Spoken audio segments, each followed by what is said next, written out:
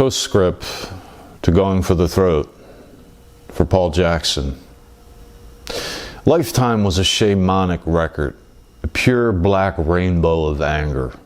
I first heard it in Jimmy DiRomaldo's basement. His uncle had a wall of CDs down there, and we'd spend hours around the recliner throne listening. Jimmy's place was around the way from my dad's, who had an apartment at the time. The Trainer kids would spend every other weekend with Dad, and I'd smoke his Marlboros, drink tons of black coffee, and burn this album through a Sony Walkman. I could feel its power coursing through me. It gave me the confidence I needed to face the pigs of the Upper Darby Police Department, teachers at school, dipshit jocks and Guidos, and the Nazi skinheads who would become cops or only burn out in white trash glory. Most of all, I felt misunderstood. Who doesn't at that age? But closer, I felt misunderstood by my parents. Again, who doesn't?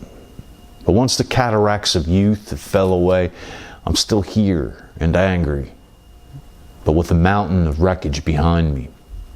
If every person you encounter throughout the day is an asshole, maybe you're the asshole, sure.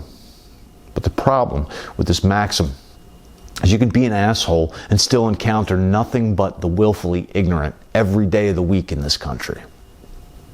Of course, the problem with being an asshole is you have to be one. And besides looking foolish, it's bad for your health. Through sobriety and the practice of yoga, and simply by getting old, I know all my enemies will get what's coming to them. Or they won't. Focusing on them and their path takes me off mine and leaves me wide open. Not to mention any kind of spiteful throwdown from your writer won't do anything for black people, the poor, and the unwell. All my yelling up the mountain won't even be heard on the hill, let alone inside the palatial homes of Mitch McConnell and Nancy Pelosi. I'm talking President Biden blues. And that shitbag Cruz, the whole lot of them. I'm talking Jeff Bezos and Elon Musk and Rush Limbaugh. I'm overcome with rage, but sick and shut in with it. I'm as angry as all those crackers on the Capitol as I am mad at them. Iraqi war protesters, the Occupy movement, and Black Lives Matter could have broken into that building years ago. That's the kind of anger I got.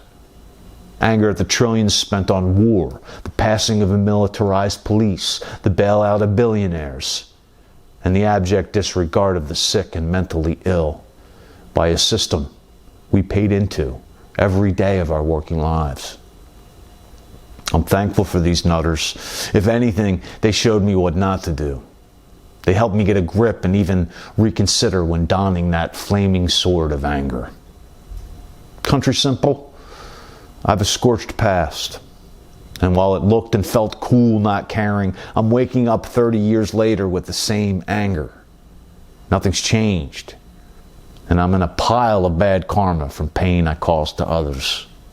Because I felt misunderstood and didn't recognize my own personal power and privilege, I made it hard for other humans to be human, which is hard enough. Vengeance isn't really the goal.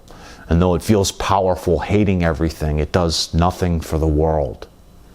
It can clear the decks, and you won't find a bigger proponent of writing through than Jim Trainer. I get it out, and I am clear. I'm not exactly lonely, but I'm not overjoyed either. The worst thing about dealing in the black magic of anger is it's all come back to me. You bet. But if I'm contradicting myself, so be it. Because the multitudes I contain are you. Anger is good for starting fires, but to keep it burning all night long, we're going to need fuel. Good listener, let me be your fuel. I may indeed slag and talk trash. Just did it last week. I vent, I get spent, and then I'm clear. You bear witness. You see me, read me, feel me. And the transmission is complete. I'll never repay you, but I'll pay it forward. Bet I'm going to have to do more than air my dirties and list my grievances here. But I'm at a loss and hung over with these bad humors. There's a particular wisdom offered in what's called the rooms in recovery circles. What would you do if you weren't in control? The sorry truth of my answer is I'd be the piece of shit I think I am, and locked down watching fascism and disease run rampant and unchecked. So I'm cleaning house, and my self-esteem is the gnarly dark nut of it. In the center of all this mess is me, and worse than that, what I think about myself is being used against me.